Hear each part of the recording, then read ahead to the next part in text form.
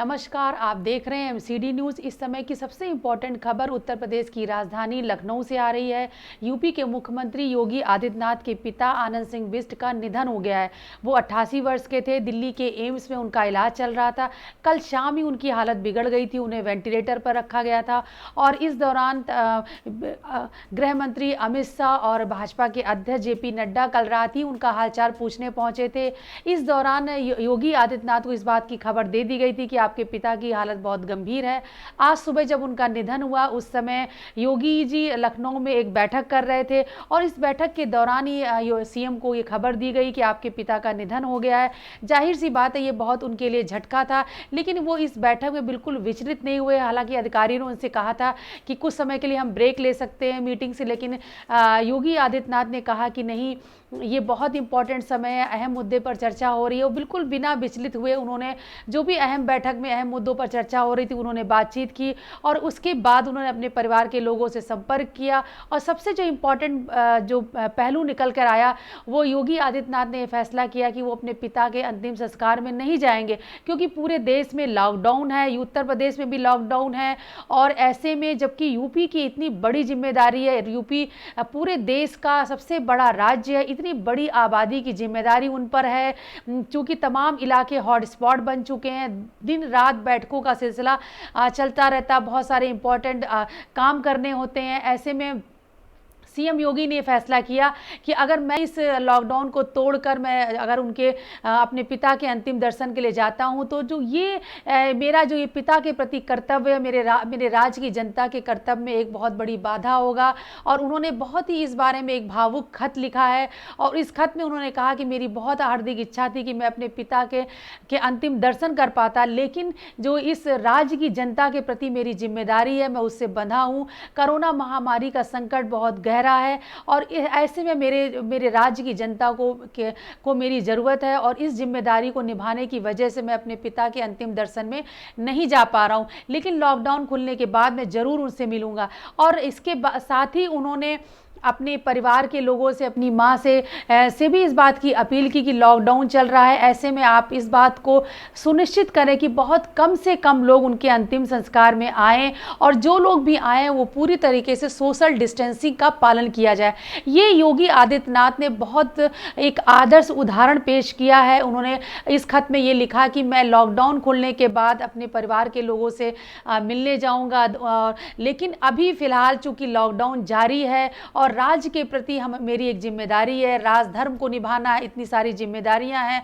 UP की इतनी बड़ी आबादी के प्रति मेरे मन में जो कर्तव्य बोध है, उसकी वजह से मैं नहीं आ पा रहा हूं और इसके लिए मैं क्षमा चाहता हूं, लेकिन मैं नहीं आ पाऊंगा। ये उन्होंने उदाहरण पेश किया है। आइए सबसे पहले हम ये पढ़ लेते हैं योगी आदित्यनाथ का वो खत जो उन्होंने अपने पिता के निधन के बाद अपने परिवार के लोगों को लिखा है और जिसमें उन्होंने ये फैसला किया है कि मैं अपने पिता के अंतिम दर्शन में नहीं जाऊंगा। आइए हम पढ़ लेते हैं वो खत।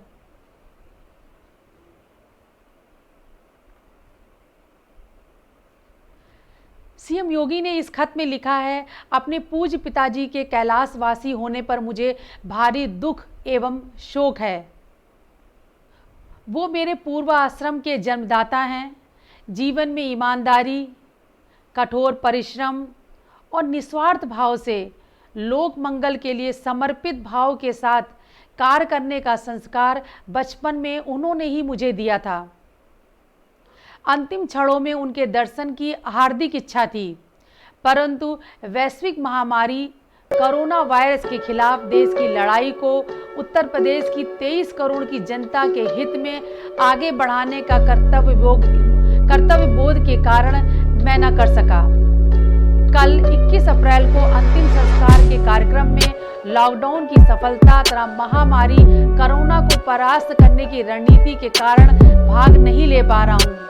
पूजनीय मां, पूर्वाश्रम से जुड़े सभी सदस्यों से भी अपील है कि वे लॉकडाउन का पालन करते हुए कम से कम लोग अंतिम संस्कार के कार्यक्रम में रहें। पूज्य पिताजी की स्मृतियों को कोटि कोटि नमन करते हुए उन्हें विनम्र श्रद्धांजलि अर्पित कर रहा हूँ। लॉकडाउन के बाद दर्शनार्थ आऊँगा। ये खत लिखा है सीएम योगी ने अपने पिता के निधन के बाद, जो वाकई बहुत भावुक खत है। और ये एक उनके मन में जो अपने प्रदेश की जनता के प्रति कर्तव्य बोध है, एक जिम्मेदारी का एहसास है। दरअसल एक जो नेता होता है, चाहे वो मुख्यमंत्री हो, सांसद हो, विधायक हो, वो सिर्फ किसी परिवार का सदस्य नहीं होता, बल्कि वो पूरे समाज का प्रतिनिधित्व करता है। ऐसे में उसके कार्यकलाप कैसे हैं, उसके फैसले कैसे हैं, ये बहुत मायने रखते हैं। अगर इस मौके पर सीएम योगी लॉकडाउन को तोड़ते हुए, जाहिर सी बात है वो मुख्यमंत्री हैं, उनके साथ में एक सिक्योरिटी का बड़ा अमला चलता है, अगर वो लॉकडाउन तोड़कर अपने पिता के अंतिम दर्शन को जाते तो वो समाज में क्या उदाहरण देते। तमाम लोग यही कहते कि अगर एक मुख्यमंत्री है, पावरफुल व्यक्ति है, वो जा सकता है, लेकिन आम लोग नहीं जा सकते। जैसा कि पूरे देश में लॉकडाउन है, इस दौरान तमाम ऐसे देश के हिस्सों से खबर आती है जहाँ पे लोग अंतिम संस्कार में इकट्ठे नहीं हो पा रहे, कई बार परिवार के सदस्य भी शामिल नहीं हो पा रहे। ऐसे में मुख्यमंत्री योगी आदित्यनाथ ने एक बेहतरीन उदाहरण पेश किया है। और अगर देखें तो सोशल मीडिया पर इस बात को लेकर सीएम योगी की बहुत तारीफ भी हो रही है। लोग कह रहे हैं कि सीएम योगी ने एक बहुत आदर्श उदाहरण पेश किया। ऐसे मौके पर एक कर्नाटक के जो पूर्व मुख्यमंत्री हैं कुमार स्वामी, उनके अभी लोग कंपेयर कर रहे हैं, उनसे तुलना कर रहे हैं। कह रहे हैं एक तरफ कुमार स्वामी हैं, पूर्व मुख्यमंत्री हैं, उन्होंने इस लॉकडाउन के दौरान अपने बेटे की शादी कर डाली, जबकि शादी एक ऐसा समारोह था जिसे आसानी से टाला जा सकता था। जन्म और मृत्यु को तो कोई नहीं रोक सकता, और किसी की डेथ हो गई तो उसे कोई रोक नहीं सकता था। लेकिन कुमार स्वामी अगर चाहते, जो कर्नाटक के पूर्व मुख्यमंत्री हैं और पूर्व प्रधानमंत्री एचडी देवेगौड़ा के वो बेटे हैं, उन्होंने इस लॉकडाउन के दौरान अपने बेटे की शादी करवा दी। और उस दौरान 500-600 तमाम मेहमान भी उनके घर में पहुंचे, और लॉकडाउन को उन्होंने तोड़ा, सोशल डिस्टेंसिंग के नियम का उन्होंने तोड़ा। और इस शादी में खुद पूर्व मुख्यमंत्री भी शामिल थे, उनके पूरे परिवार, रिश्तेदार शामिल हुए, पूर्व प्रधानमंत्री एचडी देवेगौड़ा भी शामिल हुए थे। तो आज जब सीएम योगी ने यह फैसला किया कि मैं अपने पिता के अंतिम संस्कार में नहीं जाऊंगा, उस दौरान तमाम लोग ये एचडी कुमार स्वामी से उनकी तुलना कर रहे हैं कि एक तरफ इतने गैर जिम्मेदार नेता हैं, एक गैर जिम्मेदार पूर्व मुख्यमंत्री कुमार स्वामी है, गैर जिम्मेदार पूर्व प्रधानमंत्री एचडी देवेगौड़ा हैं, जिन्होंने इस लॉकडाउन के समय शादी समारोह तक को टालना उचित नहीं समझा। ऐसे में सीएम योगी ने एक बेहतरीन उदाहरण पेश किया है, और वो अपने पिता के अंतिम संस्कार में नहीं गए, और जाहिर सी बात है राज्य की जनता के प्रति उन्होंने जिम्मेदारी का एक एहसास कराया, और एक बेहतरीन उदाहरण पेश किया कि सबसे पहले अगर कोई नियम आता है तो उस नियम का पालन करना जो हमारे बड़े पदों पर बैठे लोग हैं उनकी जिम्मेदारी है। सीएम योगी ने जिस तरह से लॉकडाउन के नियम को फॉलो किया और राज्य के प्रति जो उन्होंने जिम्मेदारी का एहसास कराया, वो वाकई में अद्भुत है, और उनकी इस बात को लेकर उनकी बहुत तारीफ हो रही है। और जबकि कल शाम को गृह मंत्री अमित शाह उनके पिता को देखने दिल्ली एम्स में गए थे, बीजेपी के अध्यक्ष जेपी नड्डा भी उन्हें देखने पहुंचे हुए थे, और प्रधानमंत्री नरेंद्र मोदी ने भी सीएम योगी को फ़ोन करके उन्हें सांत्वना दी। लेकिन ये जिस तरह से खबरें आ रही हैं कि जब बैठक के दौरान सीएम योगी को इस बात की सूचना दी गई कि आपके पिताजी का निधन हो गया है, योगी जी बिल्कुल विचलित नहीं हुए। उन्होंने अपनी बैठक को पूरा किया, जो जरूरी आदेश थे, निर्देश थे, वो उन्होंने दिया। उसके बैठक खत्म होने के बाद तब उन्होंने अपने परिवार के लोगों से फ़ोन पर बात की, और उन्होंने ये फैसला किया कि वो अपने पिता के अंतिम संस्कार में नहीं जाएंगे। और ये उन्होंने एक बहुत ही भावुक खत लिखा है। आइए अब देख लेते हैं सीएम योगी का प्रोफाइल। आखिर सीएम योगी कौन है। वैसे सीएम योगी चूँकि वो खुद योगी हैं, संन्यास ले चुके हैं, सन्यासी हैं, ऐसे में जैसे उन्होंने अपने खत में इस बात का जिक्र किया है कि वो मेरे पूर्वाश्रम के जन्मदाता थे, और जाहिर सी बात है वो अपने पिता का जो अंतिम संस्कार की क्रिया उसमें वो शामिल नहीं होते, क्योंकि वो योगी हो चुके हैं, सन्यासी हो चुके हैं। लेकिन अंतिम दर्शन के लिए अगर सब कुछ सामान्य होता तो अंतिम दर्शन के लिए ज़रूर जाते हैं। आइए हम देख लेते हैं योगी आदित्यनाथ का वो सफ़र, कैसे वो सन्यासी बने, और वाकई उनका जो सफ़र रहा है योगी आदित्यनाथ का वो बहुत ख़ास रहा है। कैसे उनका जन्म उत्तराखंड में हुआ, 5 जून 1972 में योगी का जन्म 5 जून 1972 को उत्तराखंड के पौड़ी गढ़वाल में उनका जो पंचूर गांव में उनका जन्म हुआ। और उनके पिता आनंद सिंह बिष्ट एक फॉरेस्ट रेंजर थे, उनकी मां का नाम सावित्री देवी है। और आज सुबह उनके पिता का निधन हो गया। और योगी आदित्यनाथ ने गढ़वाल में ही उनकी पढ़ाई लिखाई हुई। उन्होंने बीएससी किया, विज्ञान से उन्होंने स्नातक की डिग्री ली। और 1993 में गणित में जब वो एमएससी कर रहे थे, उस दौरान वो शोध के लिए गोरखपुर आए। गुरु गोरखनाथ पर उनको शोध करना था और इसके लिए गोरखपुर आए। और एक बार 93 में गोरखपुर आए तो फिर वो गोरखपुर के ही होकर रह गए। गोरखपुर प्रवास के दौरान उनकी महंत अवैधनाथ से के संपर्क में आए और उनसे बहुत प्रभावित हुए। इसके बाद उन्होंने दीक्षा ले ली और वो सन्यासी बन गए। 1994 में योगी आदित्यनाथ पूरी तरीके से सन्यासी हो गए और उनका नाम, बचपन का उनका नाम अजय सिंह बिष्ट था, लेकिन जब वो 94 में सन्यासी बने तो उनका नाम योगी आदित्यनाथ हो गया। और इस तरह से उनका जो ये जीवन था वो बदल गया, वो सन्यासी हो गए। और 12 सितंबर 2014 को गोरखनाथ मंदिर के पूर्व महंत अवैधनाथ के निधन के बाद योगी आदित्यनाथ को यहाँ का महंत बना दिया गया और इस तरह से उनका ये सन्यासी सफ़र शुरू हो गया। आपको ये भी बता दें कि कैसे एक सन्यासी होने के बावजूद भी वो कैसे राजनीति में कैसे आए। दरअसल 1998 में योगी आदित्यनाथ गोरखपुर से भाजपा के प्रत्याशी के तौर पर चुनाव लड़े 98 में और वो सांसद बन गए। और तब वो उनकी उम्र 26 साल थी, यानी 26 साल की उम्र में वो सबसे युवा सांसद बन गए थे। ये 1998 की बात है। और लगातार वो 5 बार गोरखपुर से सांसद रहे और इस तरह से उनका सियासी सफ़र शुरू हुआ।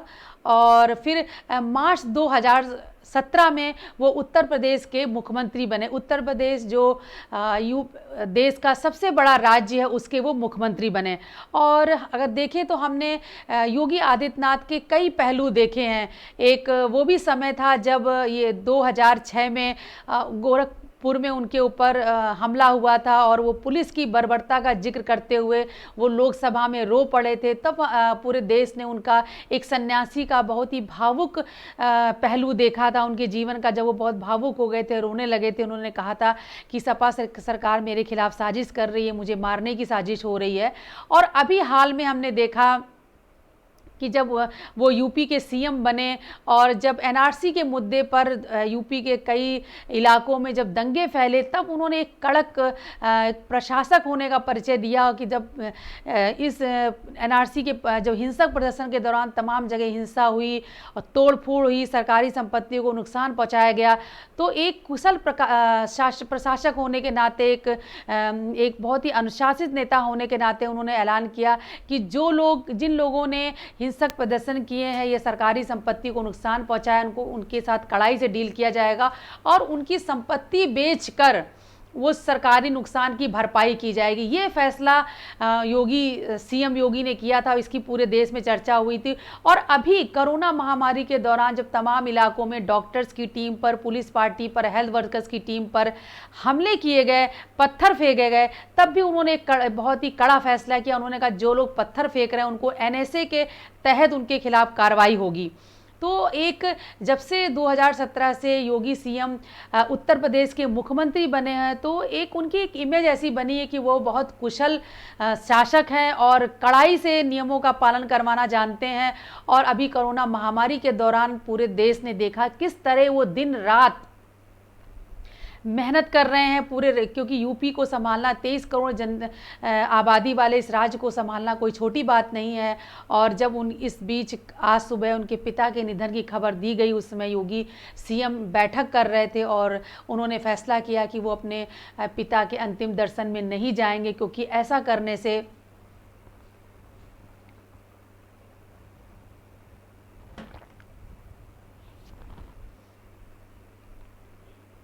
तो इस समय आज सुबह जब सीएम योगी को इस बात की खबर दी गई कि आपके पिताजी का निधन हो गया है, उस समय सीएम योगी बैठक कर रहे थे। उसमें अहम मुद्दों पर चर्चा चल रही थी।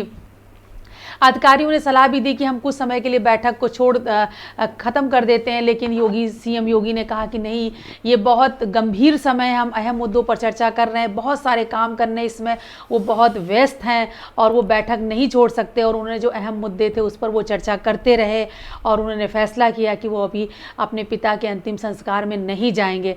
अब इस मुद्दे पर चर्चा करने के लिए मेरे साथ जुड़ रहे हैं हमारे संवाददाता चेतन त्रिवेदी।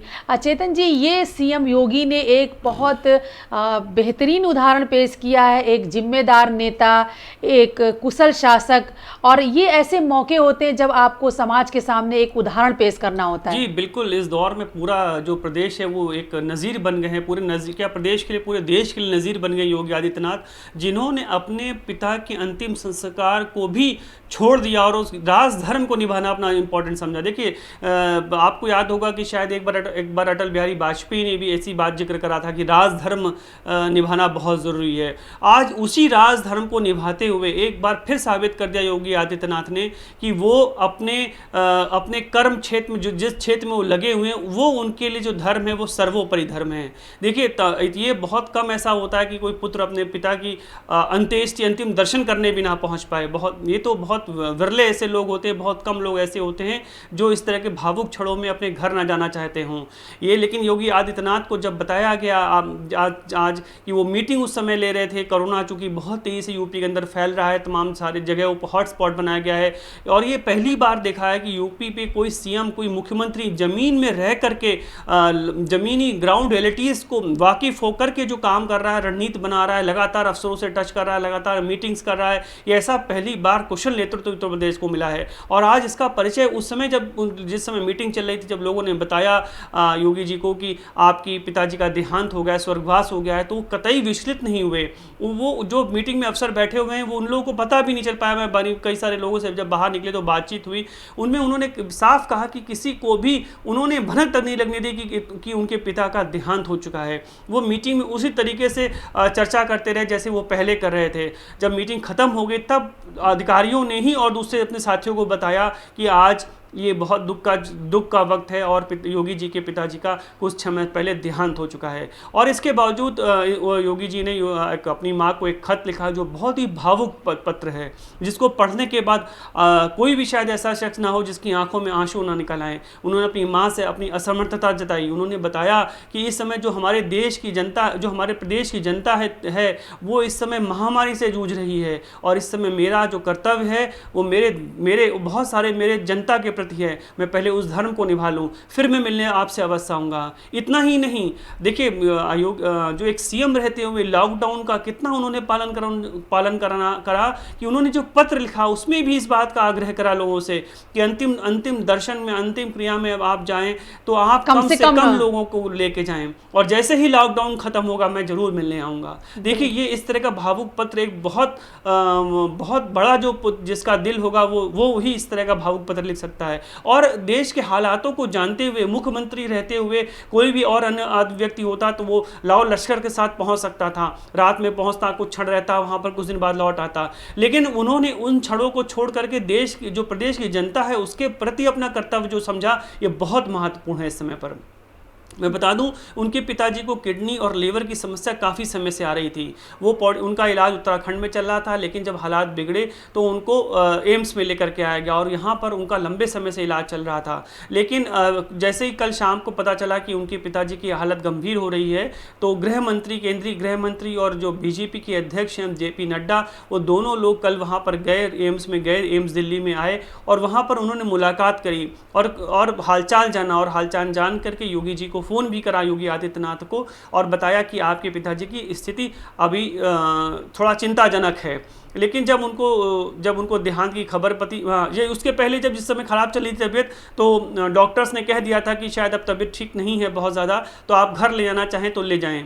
इसी बीच में एयरबस से एयरलिफ्ट कराने की बात चल रही थी कि उनको अपने घर ले आने की तैयारी चल रही थी, लेकिन उनका देहांत हो गया। और ये खबर मिलते साथ ही लेकिन योगी आदित्यनाथ बिल्कुल विचलित नहीं हुए, कुशल प्रशासक की तरह, कुशल राजनेता की तरह उन्होंने अपने धर्म को निभाया। उस मीटिंग में जितने लोग भी बैठे थे, एक महत्वपूर्ण बैठक कोरोना को लेकर के, अभी जो महामारी चल रही पूरे प्रदेश में उसको लेकर बैठक चल रही थी, ऐसी इस बैठक में उन्होंने जरा सा भी विचलित नहीं हुए और किसी भी अधिकारी को उन्होंने ना विचलित होने दिया। उन्होंने किसी को भी खबर तक नहीं लगने दी कि उनके साथ इतना बड़ा हादसा हो चुका है। बिल्कुल। और योगी आदित्यनाथ अगर चेतन जी देखें तो वाकई वो सन्यासी हैं और उनका जीवन वाकई में बहुत, अगर उनके जीवन की कहानी देखें तो बहुत मतलब विशेष रही है, बहुत खास रही है। किस तरह से वो गढ़वाल में पढ़े लिखे, एक बार गोरखपुर आए तो बस यहीं के होके रह गए और सन्यासी बन गए। उसके बाद 5 बार लगातार गोरखपुर से सांसद रहे और जब से वो उत्तर प्रदेश के सीएम बने हैं, वाकई उनका जो काम करने का स्टाइल है, अगर देखें तो अभी पिछले कुछ दिनों में जब हमने देखा, जब एनआरसी को लेकर पूरे यूपी में दंगे हो रहे थे, हिंसक प्रदर्शन हो रहे, तब उन्होंने बहुत कड़क एक नेता का उन्होंने परिचय दिया। उन्होंने कहा कि नहीं, अनुशासन तो सिखाना पड़ेगा। अगर आप प्रदर्शन कर रहे हैं तो आप संपत्तियों को कैसे तोड़ सकते हैं? आप बसें जला रहे हैं, आप सार्वजनिक प्रॉपर्टी को नुकसान पहुंचा रहे हैं, ऐसे लोगों के लिए उन्होंने सख्त आदेश दिया था कि अगर जो लोग नुकसान पहुंचाएंगे, और उन्होंने करके दिखाया कि जो लोग प्रॉपर्टी को, सार्वजनिक प्रॉपर्टी को नुकसान पहुंचा रहे हैं, उनकी संपत्ति बेचकर वो मुआवजा भरा जाएगा। और अभी जो डॉक्टर्स पर हमला कर रहे हैं, पुलिस पार्टी पर हमला कर रहे हैं, उनको भी संदेश दिया कि एनएसए के तहत उनको बुक किया गया। तो ये जो उनका एक कड़क प्रशासन है, ये वाकई हमेशा चर्चा में रहता है। जी बिल्कुल, आपने सही कहा। देखिए, 5 साल तक लगातार एक ही कॉन्स्टिट्यूंसी में सांसद रहना, ये अपने आप में बहुत बड़ी बात है।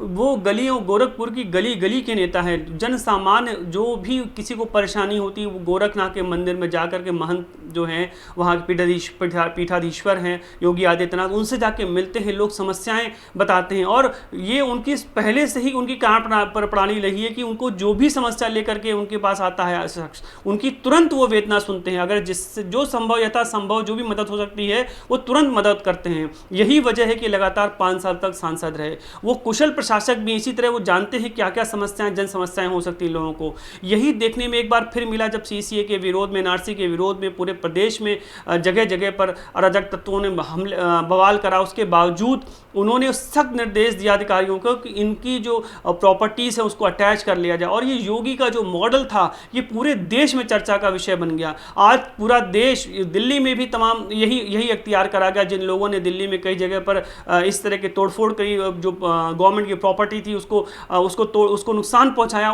तब भी यही कार्रवाई, इसी तरह की कार्रवाई करी गई। यानी कि वो बिल्कुल जो उनके कदम थे, वो ऐसे कदम थे कि औरों के लिए नज़ीर बन गए। आज देश में हर जगह उनके मॉडल की चर्चा होती है कि अगर कोई पब्लिक प्रॉपर्टी, गवर्नमेंट प्रॉपर्टी को नुकसान पहुंचाएगा तो उसके साथ उसकी भरपाई भी उसी को करने की पड़ेगी। तो इस तरह के जो उन्होंने नियम बनाए, ये वाकई में नज़ीर बन गए और उनके पूरा देश उनके इस तरह के जो नियम हैं उसकी सराहना कर रहा है आज। बिल्कुल। और योगी आदित्यनाथ जैसे चेतन जी कहते हैं कि सन्यासी हैं, राजनेता है, तो वाकई दोनों के गुण, क्योंकि सन्यासी वो होता है जो दुख में विचलित नहीं होता, सुख में बहुत ओवर एक्साइटेड नहीं होता, वो उन्होंने परिचय दिया। और एक नेता है तो एक जो जनता के प्रति जिम्मेदारी, जैसा कि उन्होंने अपने खत में लिखा कि उत्तर प्रदेश की 23 करोड़ जनता के प्रति मेरा कर्तव्य बोध है जो मुझे यहाँ से आने नहीं दे रहा है, ये उन्होंने ऐलान किया। साथ में एक जो उन्होंने कहना चाहिए सन्यासी है, उन्होंने अपने पत्र में इस बात का जिक्र किया है कि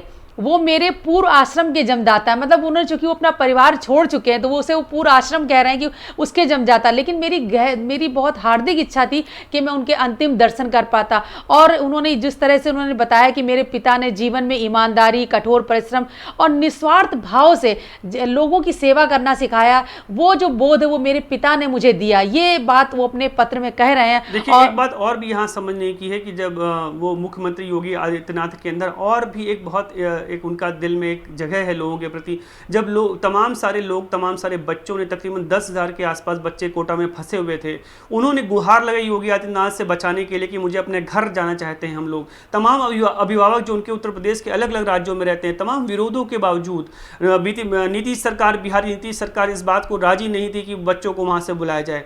तमाम विरोध चल रहे थे कि लॉकडाउन को तोड़ करके इन बच्चों को उस समय बुलाना सही नहीं है, लेकिन उन सबका विरोध दरकिनार करते हुए तकरीबन 300 बसें कोटा भेजी योगी आदित्यनाथ ने, एक तरफा निर्णय लिया। ये उनका नेतृत्व क्षमता ही है उनकी इस तरह फैसले लेने की। उन्होंने उस लोगों का दर्द समझने की कोशिश करी कि जो बच्चे अपने अभिभावकों से दूर रह रहे हैं, जो तैयारी करने पढ़ाई करने गए हुए थे कोटा, लेकिन आज वो फंस गए वहाँ पर लॉकडाउन के चलते। ऐसे में उन्होंने उन माँ बाप का भी दर्द समझा जो अपने बच्चों को लेकर के चिंतित हैं। ऐसे ऐसे हृदय वाले उस आज योगी आदित्यनाथ ने अपनी माँ को जब भावुक खत लिखा, तो तमाम जो भी उस खत को पढ़ेगा वो निश्चित तौर पर उसके आंसू आंसू में निकल आएंगे आंखों से। बिल्कुल। और चेतन जी, जैसा अभी हमको सुनने को मिला कि जिस समय योगी जी को खबर दी गई कि आपके पिता का निधन हो गया, उस बैठक में भी कोटा के मसले को लेकर चर्चा हो रही थी। तब सीएम ने ये आदेश दिया, सारे अधिकारियों को कहा कि जो बच्चे कोटा से आए हैं पूरा ये सुनिश्चित किया जाए कि वो 14 दिन के क्वारंटीन में रहें और हर बच्चे को आरोग्य सेतु ऐप डाउनलोड करवाया जाए। यानी जो एक जिम्मेदारी है, मतलब अगर उन्होंने कोटा से बच्चों को लेकर आए तो ऐसा नहीं है कि वो सिर्फ लेकर आ गए, क्योंकि इस पर सवाल भी उठे थे कि सोशल डिस्टेंसिंग का पालन नहीं किया गया और किस तरह से भीड़ लाई गई। लेकिन उसको लेके ये योगी जी ने बहुत सख्ती से इस पे कहा है कि इस चीज़ को प्रशासन सुनिश्चित करे कि जिन जिन जिलों में ये बच्चे गए हैं वहाँ पे क्वारंटीन को फॉलो किया जाए और सभी बच्चों को ये आरोग्य सेतु ऐप डाउनलोड करवाया जाए। तो ये एक जो कुशल प्रशासक होता है, क्योंकि जब आप किसी पद पर होते हैं तो सिर्फ आप किसी के परिवार के सदस्य नहीं होते, वो पूरा जो समाज होता है, प्रदेश होता है, जिला होता है या पूरा देश होता है, वो आपका परिवार होता है। तो अब जैसा कि यूपी सीएम योगी ने अपने पत्र में जिक्र किया है, आप ये जो यूपी की 23 करोड़ जनता है वो उनका पूरा परिवार है, उसके प्रति जिम्मेदारी बहुत अहम है। और इसका उन्होंने जिक्र किया कि मेरी बहुत हार्दिक इच्छा थी कि मैं उनके अंतिम दर्शन कर पाता, लेकिन जो प्रदेश की 23 करोड़ की जनता के हित में और जो मेरा कर्तव्य बोध है उसकी वजह से मैं आने में असमर्थ हूँ। अच्छा चेतन जी, इसमें एक और बात जो खुल के आई और मैंने देखा कि सोशल मीडिया पर सीएम योगी की बहुत तारीफ हो रही है और ऐसे वक्त पर लोग वो तस्वीरें भी पोस्ट कर रहे हैं जो कर्नाटक की हैं। कर्नाटक के पूर्व सीएम कुमार स्वामी और जो पूर्व प्रधानमंत्री एचडी देवेगौड़ा, कुमार स्वामी ने इस लॉकडाउन के दौरान अपने बेटे की शादी कर डाली। मतलब शादी तो एक ऐसी चीज़ थी, उसको आप 6 महीने बाद भी या 2 महीने बाद भी कर सकते थे, लेकिन उन्होंने 500-600 मेहमान बुलाए और उसमें पूर्व प्रधानमंत्री की जब तस्वीरें हम देखते हैं, पूर्व सीएम की तस्वीरें देखते हैं, लॉकडाउन के दौरान शादी हो रही, तो ऐसे में हम जनता को क्या संदेश दे रहे हैं? जी बिल्कुल सही कह रही हैं आप। अभी आज सोशल मीडिया में सिर्फ योगी आदित्यनाथ की चर्चा है। इस समय इस वक्त जो है ट्विटर पे ट्रेंड कर रहा है योगी आदित्यनाथ। देखिए किस तरह, और लोग जो है लगातार उन तस्वीरों को, उन पुरानी तस्वीरों को, कुछ तस्वीर उनके पिता के साथ कितने भावुक क्षण थे, किस तरह का लगाव था दोनों के बीच में, उन क्षणों की लोग तस्वीर दिखा रहे हैं। उन क्षणों की भी लोग तस्वीर दिखा रहे हैं कि जिस समय कुमार स्वामी अपने बच्चे का शादी में इन्वॉल्व हैं और दूसरी तरफ एक बच्चा अपने पिता के अंतिम संस्कार में नहीं जा रहा है। इस तरह करके बहुत सारे लोग बहुत ज़्यादा ट्वीट कर रहे हैं, लगातार उनकी तारीफ कर रहे हैं कि एक देखिए ये मिसाल कायम कर दी है योगी आदित्यनाथ ने पूरे देश में कि एक बेटा अपने राज धर्म के आगे अपने पिता के अंतिम संस्कार में नहीं जा रहा है। ये बहुत बड़ी बात है। ये पूरा मिसाल कायम करता है पूरे देश के लिए और अन्य नेताओं के लिए भी जो आज तमाम सारे अन्य क्रियाकलापों में इन्वॉल्व हैं बजाय कि अपने काम करने के। बिल्कुल, धन्यवाद चेतन जी इस अपडेट के लिए।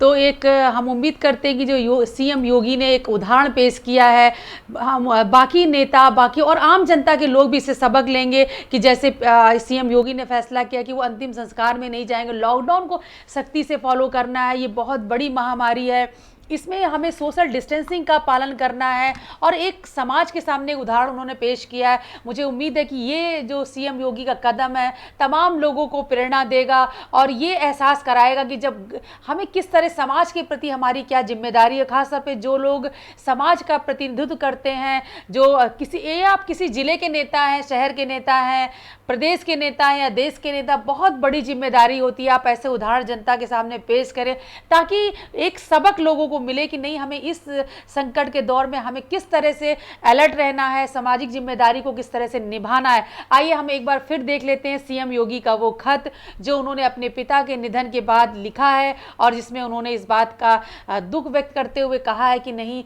मैं अपने पिता के अंतिम दर्शन में नहीं शामिल हो पाऊंगा क्योंकि लॉकडाउन है और कोरोना महामारी का संकट है। मुझे अपने प्रदेश की जनता के प्रति कर्तव्य को निभाना है। आइए देख लेते हैं वो खत। सीएम योगी ने अपने इस खत में लिखा है, अपने पूज्य पिताजी के कैलाशवासी होने पर मुझे भारी दुख एवं शोक है। वह मेरे पूर्व आश्रम के जन्मदाता हैं। जीवन में ईमानदारी, कठोर परिश्रम और निस्वार्थ भाव से लोक मंगल के लिए समर्पित भाव के साथ कार्य करने का संस्कार बचपन में उन्होंने मुझे दिया। अंतिम क्षणों में उनके दर्शन की हार्दिक इच्छा थी, परंतु वैश्विक महामारी कोरोना वायरस के खिलाफ देश की लड़ाई को उत्तर प्रदेश की 23 करोड़ की जनता के हित में आगे बढ़ाने का कर्तव्यबोध के कारण मैं न कर सका। कल 21 अप्रैल को अंतिम संस्कार के कार्यक्रम में लॉकडाउन की सफलता तथा महामारी कोरोना को परास्त करने की रणनीति के कारण भाग नहीं ले पा रहा हूँ।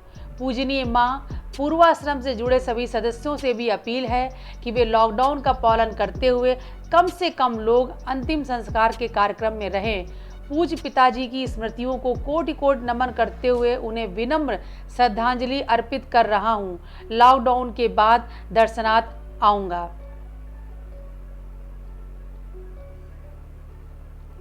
तो ये है सीएम योगी का भावुक कर देने वाला ये खत।